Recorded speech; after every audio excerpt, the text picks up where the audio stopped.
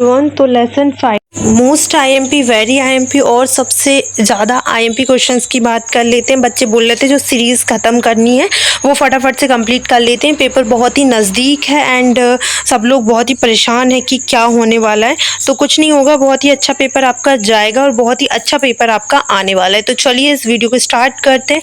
अगर आप class 10th science वाले बच्चे हैं, क्लास 10th के बच्चे हैं जो न्यू आए हैं, वो प्लीज़ चैनल को सब्सक्राइब कर लेना, ठीक है। मनुष्य में वृक्क एक तंत्र का भाग है जो संबंधित है पोषण से, श्वसन से, उत्सर्जन से, परिवहन से। तो करेक्ट आंसर हो जाएगा आपका उत्सर्जन से। सेकंड है कि पादप में जाइलम उत्तरदायी होता है। पादप में जाइलम जो होता है उत्तरदायी होता है, तो ये होता है आपका जल का बहन के लिए, ठीक है। भोजन के बहन, अमीनो अम्ल का बहन या फिर ऑक्सीजन का बहन। तो करेक्ट आंसर हो जाए आपका जल का बहन। सुपोषी पोषण के लिए आवश्यक होता है। सुपोषी पोषण के लिए क्या आवश्यक होता है? तो आपका कार्बन डाइऑक्साइड तथा जल, क्लोरोफिल या फिर सूर्य का प्रकाश या फिर उपरोक्त सभी। तो ये करेक्ट आंसर हो जाएगा आपका उपरोक्त सभी। क्वेश्चन नंबर 4 आप देख सकते हैं। क्वेश्चन नंबर 4 क्या है आपका? पाथ्रोबेट के विखंडन में यह कार्बन डाइऑक्साइड, जल तथा ऊर्जा देता है, यह क्रिया होती है। बेटा इस पे स्टार लगा है तो ये मोस्ट आईएमपी क्वेश्चन है, ध्यान से करना है ना। माइटोकॉन्ड्रिया इसका करेक्ट आंसर हो जाएगा। जितने भी आईएमपी क्वेश्चन है इस चैप्टर से हम वही बात करेंगे, तो टेंशन न को, बस एक बार देख लो, ठीक है। क्वेश्चन नंबर 5 है कि पैरासिटिक पोषण होता है। पैरासिटिक पोषण क्या होता है आपका? तो 5वें का हो जाएगा आपका क्या? मच्छर। पैरासिटिक पोषण होता है मच्छर। टिड्डे में पोषण होता है। टिड्डे में पोषण कैसे होता है? तो ये होता है आपका होलोजोइक से होता है आपका। टिड्डे में जो पोषण बढ़ता है, मतलब वो खाता पीता जो भी रहता है, तो वो होता है होलोजोइक से। पाचन क्रिया कितने चरणों में पूर्ण होती है? पाचन क्रिया कितने चरणों में पूर्ण होती है? तो ये हो जाएगा आपका कौन सा वाला? आंसर हो जाएगा आपका 5वां। 8वां क्वेश्चन देखें यहाँ पर। पचा हुआ भोजन का अपशोषण होता है। पचा हुआ भोजन का अपशोषण होता है तो छोटी आंत से, कोशिकाओं द्वारा, आमाशय द्वारा, इनमें से कोई नहीं। तो करेक्ट आंसर हो जाएगा इसका क्या? छोटी आंतों से। पचा हुआ भोजन अपशोषण होता है उसका तो छोटी आंत से। और ये आपका महा इम्पोर्टेंट क्वेश्चन है।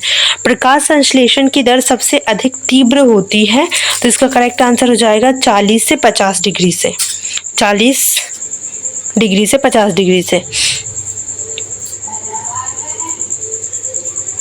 ठीक है। 40 से 50 डिग्री के बीच में होती है। लसिका इसका हो जाएगा आपका सी वाला।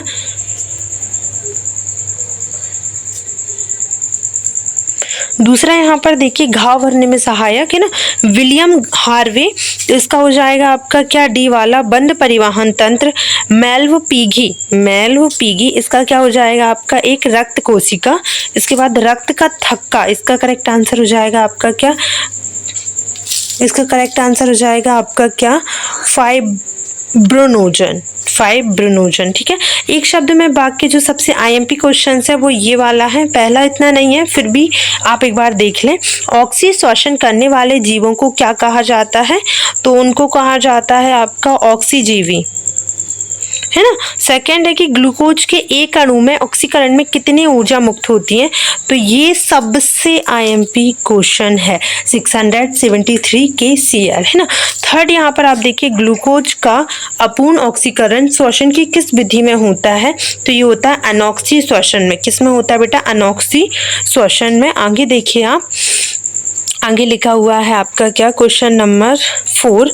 सांस लेने व सांस छोड़ने की क्रिया विधि को क्या कहा जाता है? तो श्वास उच्छ्वास कहा जाता है, ब्रीदिंग, है ना। यहाँ पर देखिए 5वां क्वेश्चन कह रहा है, ये सबसे आईएमपी क्वेश्चन है। एक ये और ये तीनों ध्यान से कर लेना।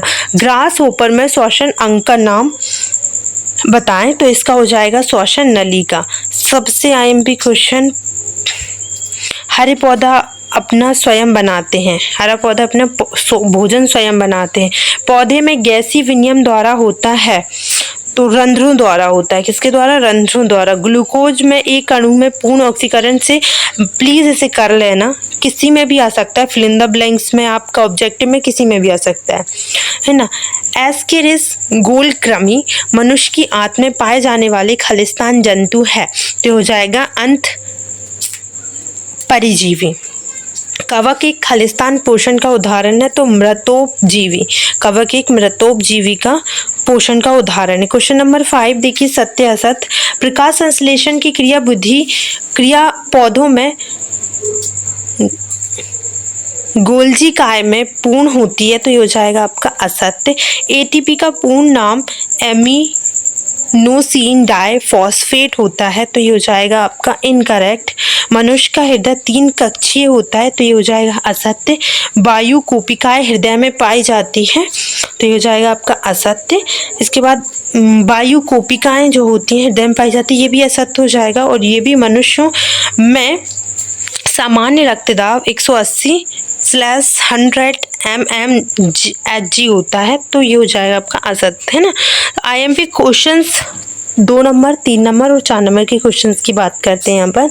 तो 2 नंबर में जो IMP ये 2000 में आया था, ये कुछ हद तक आपका IMP क्वेश्चन है, ठीक है। सबसे ज़्यादा IMP स्वपोषी पोषण और विषम पोषी पोषण में अंतर क्या है, ये बहुत ही IMP क्वेश्चन है। यहाँ पर आ जाएं। इससे अलावा श्वसन के लिए ऑक्सीजन प्राप्त करने की दिशा में एक जलीय जीव की अपेक्षा स्थलीय जीव किस प्रकार लाभप्रद होता है। 3 स्टार लगे हैं, बहुत ही IMP है, यहीं से आप रिवीजन करते जाएं और ध्यान से देख लें। अब यहाँ पर आप देखिए, मनुष्यों में ऑक्सीजन तथा कार्बन डाइऑक्साइड का परिवहन कैसे होता है। 2 स्टार लगे हैं, बहुत ही इंपॉर्टेंट है ये आपके लिए ये क्वेश्चन, ठीक है।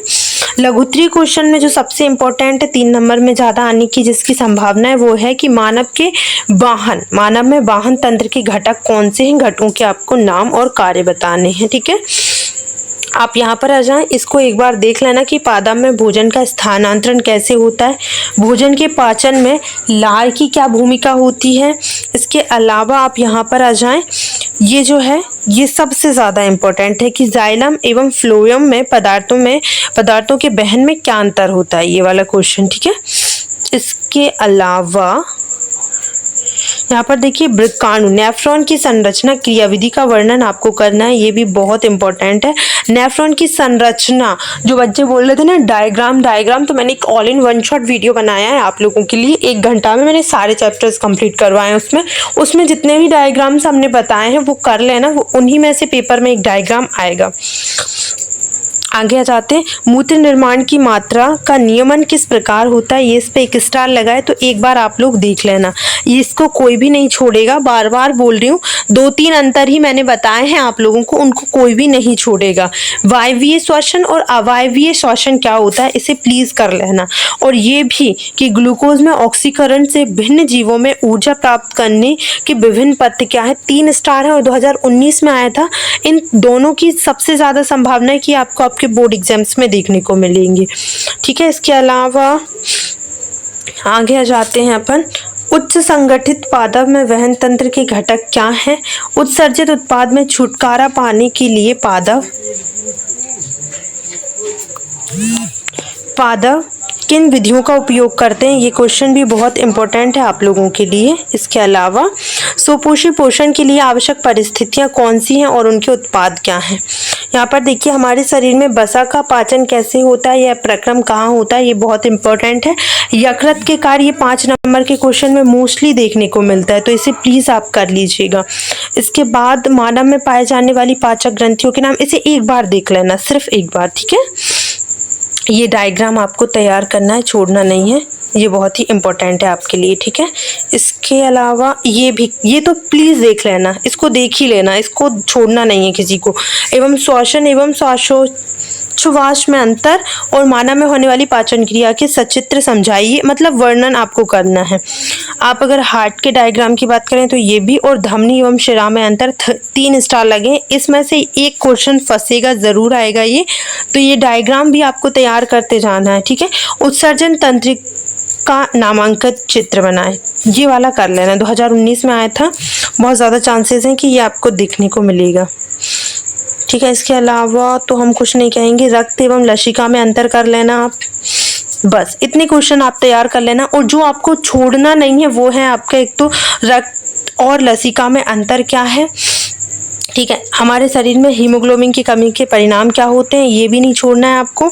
धमनी एवं सिरा में अंतर नहीं छोड़ना है। इस वाले डायग्राम को कोई भी छोड़कर नहीं जाएगा, उत्सर्जन तंत्र को, ठीक है। इसके बाद मनुष्य में हृदय की कार्यविधि का वर्णन, ये प्लीज आप कर लेना और हृदय का डायग्राम बना के रख लेना। धमनी एवं सिरा तो कोई भी नहीं छोड़ के जाएगा। इसके अलावा और क्वेश्चन तो मैं कुछ नहीं कहती हूँ, ज़्यादा जितना बता रही हूँ बस उतना कर लेना।